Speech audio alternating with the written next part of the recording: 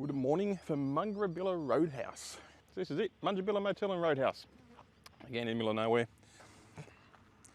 Roadhouse is quite nice. Food's good. Reasonably cheap, I suppose. Accommodation's cheap. I use $120 a night. That one is a typical real outback roadhouse though. It's not the best quality. I mean, the shower felt like you're going to fall through the floor. It was kind of weird. But yeah, the showers are hot, beds are comfy, good night's sleep. So that's always a good thing.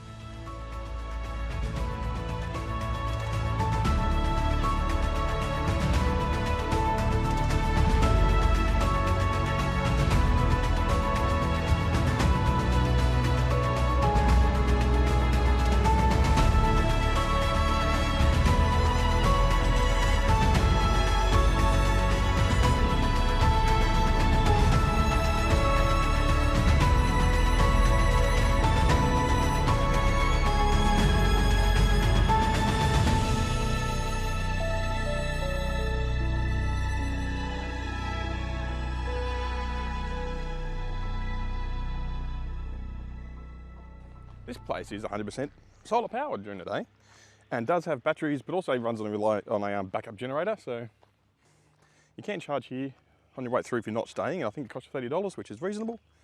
But if you're staying overnight like we were, then obviously charging's free. And they've actually got a decent sized solar farm here too. But from today, it looks like the next stop is 160 kilometers up the road. It will be a 22 kilowatt DC charger. So we have to hang around for 4 or 5 hours, probably get done in about 2 hours. And then we're going to another 360k stint to another 22 kilowatt DC fast charger. So might be able to get 2 charges in today and continue on before getting Norseman Caravan Park again. It's back to 3-phase again, so the long slow charge. So probably stay there tonight and we'll see how we go. If you're the golfing type, I'm not, unfortunately. But here, at the golf green. Where the tee is, I have no idea. But I do know that the other end of this golf course is like a couple of 100 kilometres away. This is the world's largest golf course. So as you drive through, you play 1 hole on this course, you drive another couple 100 kilometres, play the next hole, and so on and so forth, and on you go. And you play the world's longest golf game.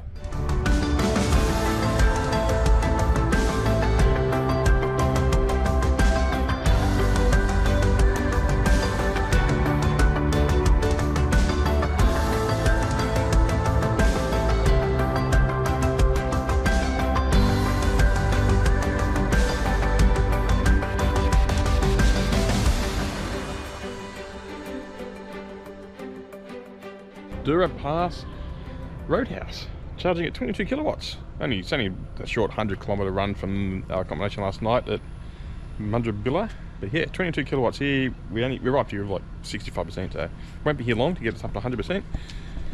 To continue on for the next step of 370 kilometres to the next 22 kilowatt charger. Yes, we're going to be skipping the fat car charger because it's out of service at the moment, unfortunately.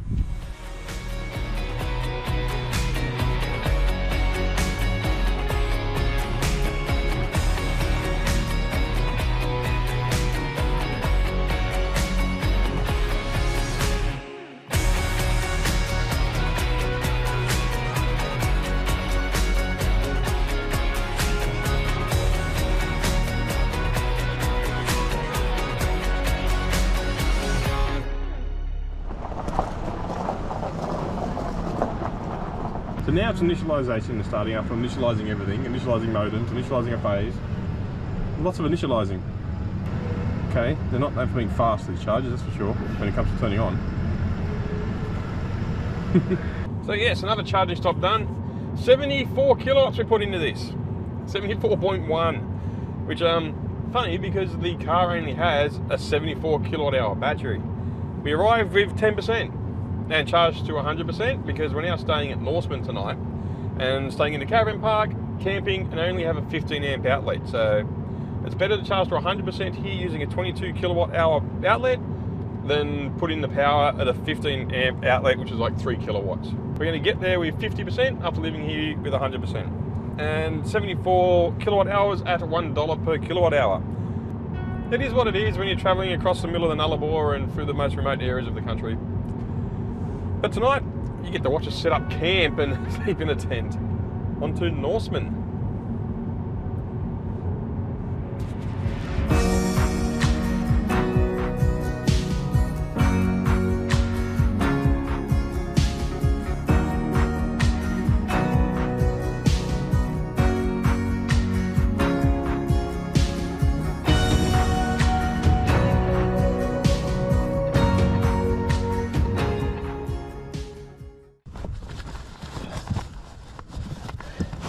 not going into there.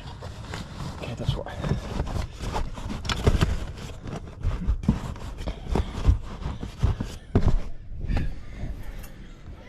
Okay, debrief on our camping trip last night. It didn't go so well.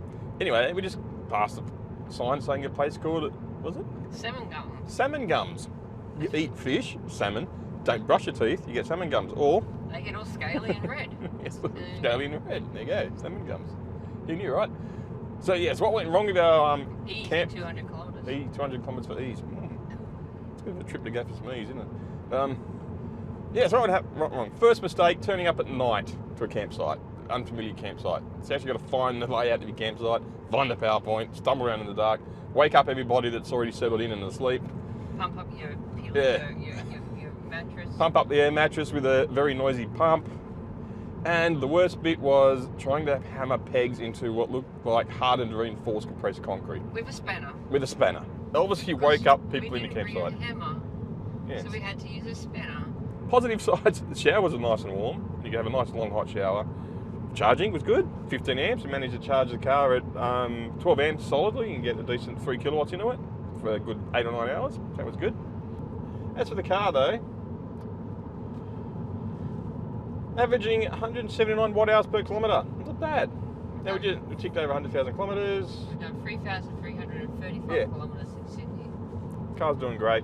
Not a problem at all. Autopilot makes these roads so much easier to drive. I mean, to be honest, I couldn't imagine doing this without autopilot. Just the constant driving and micro movements you got to make to keep the car on track on a dead straight road. It just makes the trip so much more enjoyable. It takes the stress out of the driving, believe it or not. Well, here we are at Esperance. About a 2-hour charge here to get us to Ravensthorpe and a DC fast charger. First DC fast charger and then into Perth. Maybe might get there tonight, don't know.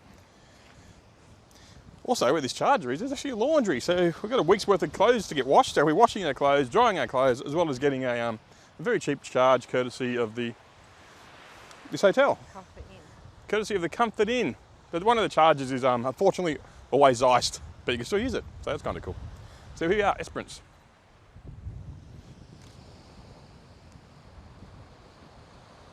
I've read a story in the Daily Mail in the UK about some couple's horror story driving a Tesla in Australia and then therefore claiming they're no good outside of cities and therefore EVs are a failure. Which is kind of funny while I'm standing here at Esperance after just driving from Sydney, a distance of nearly 4,000 kilometres. But yeah, and now we're in Echuca as well. So compared to the distances and the legs we've had between charges, driving from Sydney to Echuca, I would not consider driving across the Australian outback like it's claimed in that story. Like I said, the reason we're doing this trip now is because it's still a challenge and it still requires the planning, because once West Australia builds all their DC fast chargers across the state and New South Wales is filling theirs out, as is Victoria, South Australia, come on. It won't be that much of a challenge anymore, and driving an EV across the country will be pretty much just a non-event.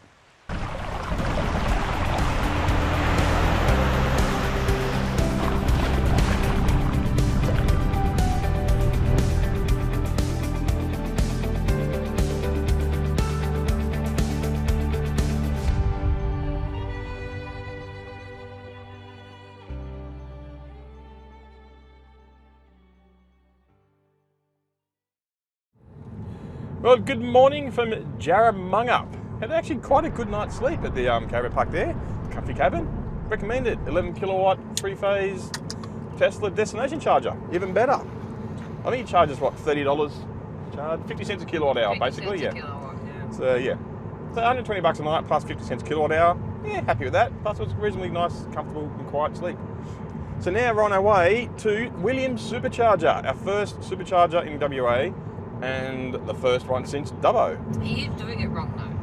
What? He should at least offer a discount for people who are staying there. Yes. There's no incentive to stay there. That's true. That's why a lot of places will do it for free if you're staying there, because hey, you're spending money. Or make it half price, like at 25 cents a kilowatt if you're staying there or something. But yeah. Something we haven't seen for a long time. Preconditioning battery charge.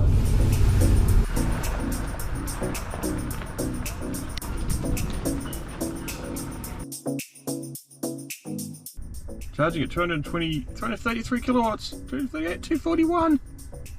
Holy 250, 256. 256 kilowatts for charging at.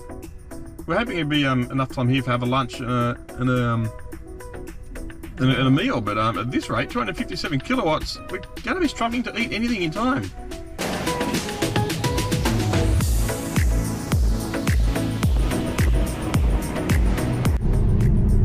Yeah, autopilot. Doing pretty good.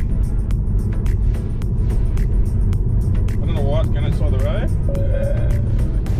One car back over there. Here we go. Yep, that's better. It's back in a straight lane now. Autopilot's still on, still working fine.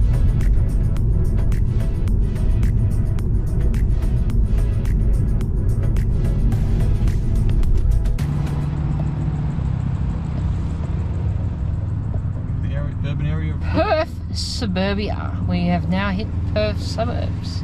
Yes. There is a sign that says Perth. P-E-R-F, Perth. Perth. Yes. P-E-R-F.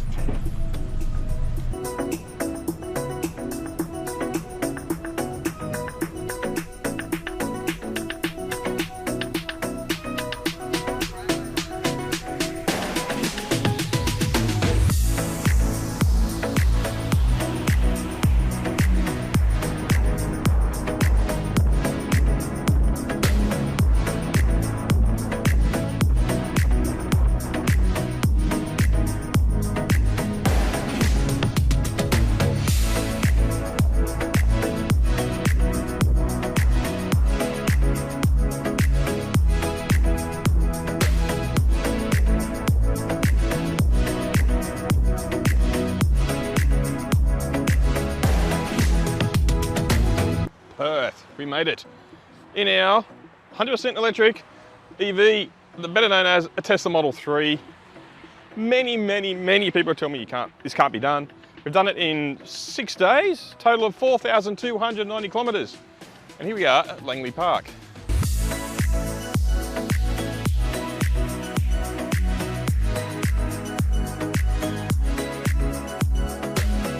So yeah, so we've shared the driving evenly. We've stayed at Roadhouses, as you've seen. Superchargers all the way from Sydney to Broken Hill is great. NRMA are free. Unfortunately, there's only one of them, so if one's broken, you're stuck there for a long time. Once you get to South Australia, got to Jamestown, stayed overnight accommodation, a free 11 kilowatt overnight recharge, 100% full. That took us to Ceduna, I think, was it? Yep. And from Ceduna, we went on to the Nullarbor Plain.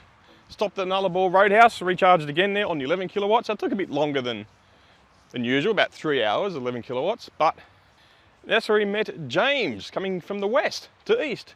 He's already travelled across Australia, around Australia, and going across Australia again. So we met east and west, met in the middle at the Nullarbor, which is kind of cool. James is a top bloke as well, many interesting stories and a good laugh. So yeah, if you ever get a chance to meet him, he's a great guy. From there on, we went on to Munjabilla Roadhouse overnight. Again, another recharge overnight, 11 kilowatts while sleeping, which was fantastic. After that was Madura Pass, which was again a 22 kilowatt DC fast charge. And that got us past the chip fat DC fast charger, which unfortunately was broken at the time. It's also a bit expensive, so we sort of planned not to go there. Yeah, so once we charged at Madura Pass, it was then on to Balladonia Roadhouse for another 22 kilowatt charge. Arrived at Norseman Caravan Park, Gateway Caravan Park with 50%, which meant an overnight stop. We had 94% in the morning. We drove on to Esperance and the Bay of Isles Comfort Inn Motel, which provided a 11 kilowatt AC Tesla destination charging and a laundry. So while we were charging the car, we were washing our clothes for the week and also spent exploring the town. Jarramundup, I think it's called, Jarramundup Caravan Park. Nice, awesome little cabin. Again, 11 kilowatt Tesla destination charging. So yes, after overnight recharge, woke up 100% full. I was on to William Supercharger, just 200 kilometres down the road. So we unplugged at about, what, 80%, I think it was? Yeah, didn't take long. And here we are. The Swan River, Perth. Sydney to Perth in an EV in 6 days. Can be done. So what happens now? Well, obviously we've got to get back home. We proved the point of getting from Sydney to Perth, but the trip isn't over. Now we've got a lot more time, which means we're going to show you guys a lot more things. So even though we made it here, yes, the trip is officially the mission is complete. We're still going to get back home, and we're going to take the long way around the coast.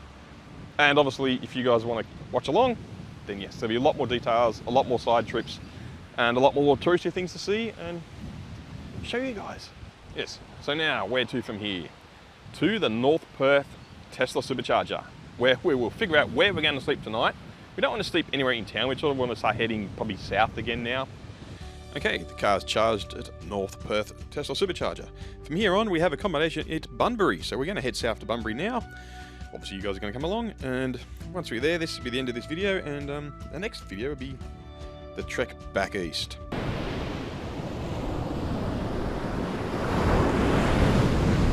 So, thank you for watching. If you got this far, it's very much appreciated.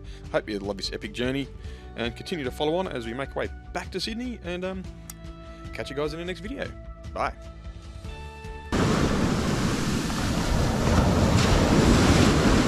Well, there we go. We got to the Indian Ocean.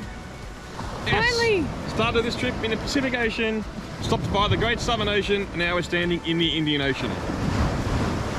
Literally. Just making sure. Like, right there. The water's almost as warm as the Pacific.